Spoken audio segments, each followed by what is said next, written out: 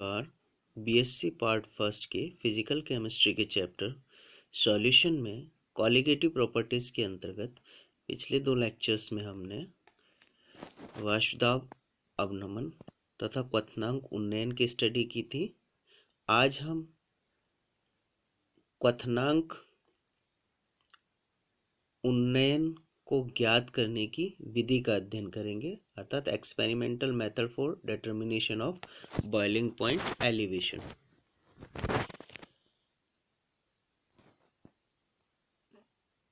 क्वथनांक उन्नयन की सहायता से हम अणुभार का निर्धारण करते हैं। अब अणुभार का निर्धारण हम कैसे करते हैं? हम जानते हैं कि जो क्वथनांक उन्नयन है उसके लिए हमारा जो सूत्र है, यानी क्वथनांक उन्नयन ज्ञात करनी किस तरह से हम ज्ञात करते हैं, तो del T B equal to 1000 K B into small W upon M into capital W. तो यहाँ जो डेल टी बी है वो हमारा क्वथनांक उन्नयन है, के बी मोलर एलिवेशन कांस्टेंट है, स्मॉल डब्ल्यू विलय का भार है, स्मॉल एम विलय का अणुभार है और कैपिटल डब्ल्यू विलायक का भार है। तो हम विलय का अणुभार स्मॉल एम इक्वल टू क्या हो जाएगा, 1000 into K B into small W upon del T B into capital W. तो इस प्रकार से हमें अगर विलय का भार, विलायक का भार और क्वथनांक उन्नयन डेल टी बी पता है और के बी जिसमें जो विलय के लिए निश्चित होता है वो पता है, तो हम विलय का अणुभार निर्धारित कर सकते हैं।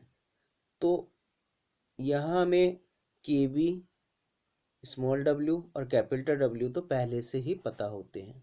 अब हमें डेल टी बी अगर ज्ञात है तो हम किसी भी विलय का अणुभार निर्धारित कर सकते हैं। तो डेल टी बी जो है, यानी क्वथनांक उन्नयन को निकालने की या ज्ञात करने की 3 विधियां हैं। एक है लैंड्सबर्गर मेथड, दूसरा है क्वार्ट्रल मेथड और तीसरा हाइटलर मेथड। अब हम क्वथनांक उन्नयन ज्ञात करने की इन तीनों विधियों का एक एक करके अध्ययन करेंगे। सबसे पहले ले हम लैंड्सबर्गर मेथड। लैंड्सबर्गर मेथड में एक फ्लास्क होता है, इस फ्लास्क में हम सॉल्वेंट भर देते हैं और इस फ्लास्क को हम एक रोज हेड ट्यूब से बॉइलिंग ट्यूब से कनेक्ट कर देते हैं। यह एक बॉइलिंग ट्यूब है। इस बॉइलिंग ट्यूब के यहाँ पर वाष्प निकलने के लिए छेद होते हैं, हॉल होते हैं। इस बॉइलिंग ट्यूब से हम रोज हेड ट्यूब और एक बैकमैन थर्मामीटर जोड़ देते हैं और इस बॉइलिंग ट्यूब को हम एक हॉट जैकेट से कवर कर देते हैं। अब हम सबसे पहले इस फ्लास्क में हम सॉल्वेंट भर देते हैं और यहाँ हम जो बॉइलिंग ट्यूब है उसमें W ग्राम सॉल्वेंट भर देते हैं। अब इस फ्लास्क को हम गर्म करते हैं। फ्लास्क को गर्म करने पर सॉल्वेंट की वेपर बनेगी जो कि रोज हेड ट्यूब से होते हुए बॉइलिंग ट्यूब में आएगी। बॉइलिंग ट्यूब में उपस्थित सॉल्वेंट को यह गर्म करेगी, ये वेपर, और सॉल्वेंट और गर्म करेगी जिससे बैकमैन थर्मामीटर में टेम्परेचर इंक्रीज होता जाएगा। एक पॉइंट पर बैकमैन थर्मामीटर में टेम्परेचर इंक्रीज होना स्टॉप हो जाएगा, अर्थात उस टेम्परेचर पर जो सॉल्वेंट है वो उबलने लगेगा। तो यह टेम्परेचर हम नोट कर लेते हैं। ये टेम्परेचर हमारा T0 होता है, ठीक है। इसके बाद हम इस फ्लास्क को अलग कर देते हैं और बॉइलिंग ट्यूब के में उपस्थित सॉल्वेंट को ठंडा करते हैं। अब हम पुनः जो सॉल्वेंट W ग्राम सॉल्वेंट है उसमें हम W1 स्मॉल W या W1 ग्राम सॉल्यूट डिज़ोल्व कर देकर सॉल्यूशन बना लेते हैं और बिल्कुल पहले वाली प्रक्रिया अपनाते हैं, अर्थात हम क्या करते हैं, सॉल्वेंट की वेपर से सॉल्यूशन को गर्म करते हैं। जहाँ ये सॉल्यूशन बॉयल होने लग जाता है, अर्थात बेकमैन थर्मामीटर में टेम्परेचर कांस्टेंट हो जाता है, वो टेम्परेचर हम नोट कर लेते हैं। वो टेम्परेचर हमारा T1 होता है, यानी सॉल्यूशन का बॉइलिंग पॉइंट। तो सॉल्वेंट और सॉल्यूशन के बॉइलिंग पॉइंट में जो डिफरेंस आता है वो हम निकाल लेते हैं, वो हमारा डेल टी बी होता है, अर्थात विलायक और विलय यानी T1 minus T0 equal to हमारा होगा डेल टी बी। अर्थात हमारा क्या है, विलयन का क्वथनांक और शुद्ध विलायक के क्वथनांक का जो अंतर होगा वो एलिवेशन इन बॉइलिंग पॉइंट होगा। तो इस क्वथनांक उन्नयन के ज्ञात होने पर अब हमें क्वथनांक डेल टी भी ज्ञात हो गया, स्मॉल डब्ल्यू हमें पहले से पता है, कैपिटल डब्ल्यू पता है, और जिस भी विलय का हमें अनुभार निर्धारित करना उसके लिए के भी हम पहले से ही ज्ञात कर लेते हैं। तो in small W, capital W, के बी और कैपिटल एम जो कि विलायक का अनुभार है, और डेल हमें पहले से ही पता है, डेल टी भी पता होने पर हम मॉलिक्यूलर वेट डिटरमाइन कर लेते हैं।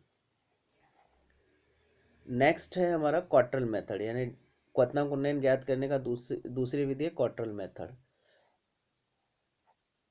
लैंड्सबर्गर मेथड की सीमा क्या है या लिमिटेशंस क्या है, कि जब हम इसको गर्म करते हैं, यानी सॉल्वेंट को जब हम गर्म करते हैं तो सुपर हीटिंग होने की प्रॉब्लम होती है, यानी अति गर्म होने का खतरा रहता है, जिससे बॉइलिंग ट्यूब टूटने का डर रहता है।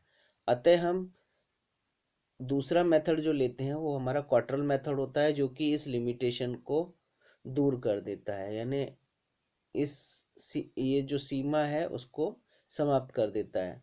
क्वार्टरल ने जो उपकरण में सुपर हीटिंग की प्रॉब्लम दूर करने के लिए उपकरण में एक सुधार किया, उसने क्या किया कि जो बॉइलिंग ट्यूब है उसके साइड में एक कंडेंसर कनेक्ट कर दिया, जिससे कि सुपर हीटिंग की प्रॉब्लम समाप्त हो जाती है। क्वार्टरल ने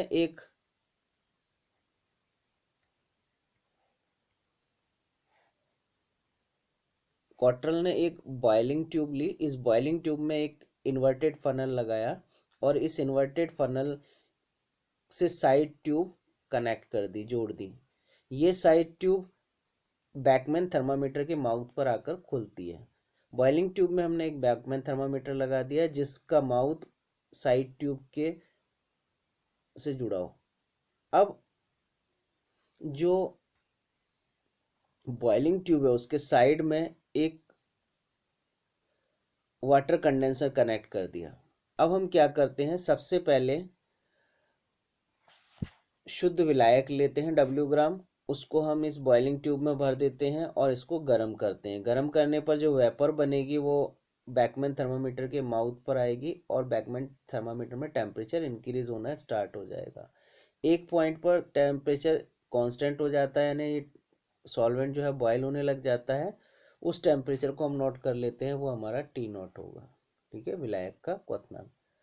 अब यहाँ जो विलायक की वेपर बनती हैं वो साइड में वाटर कंडेंसर से होकर वाटर कंडेंसर में आती हैं और वाटर कंडेंसर में संघनित होकर यानी कंडेंस्ड होकर पुनः द्रव में कन्वर्ट हो जाती हैं और वापस बॉइलिंग ट्यूब में आ जाती हैं, जिससे जो द्रव है उसका लॉस नहीं होता है।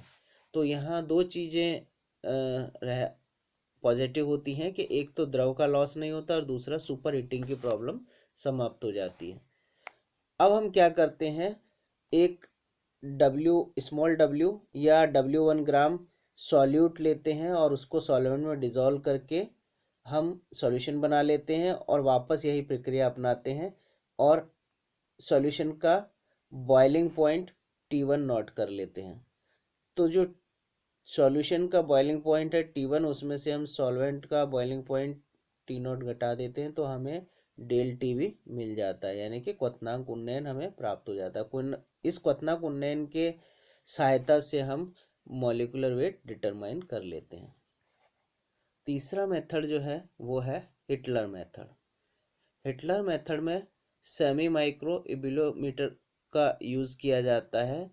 इसमें तापमान के स्थान पर यानी टेम्परेचर के स्थान पर हम रेजिस्टेंस का मेजरमेंट करते हैं, यानी रेजिस्टेंस को नोट करते हैं। जो तापमान में वृद्धि है डेल टीवी यानी boiling elevation in boiling point है, वो किसके प्रोपोर्शनल है?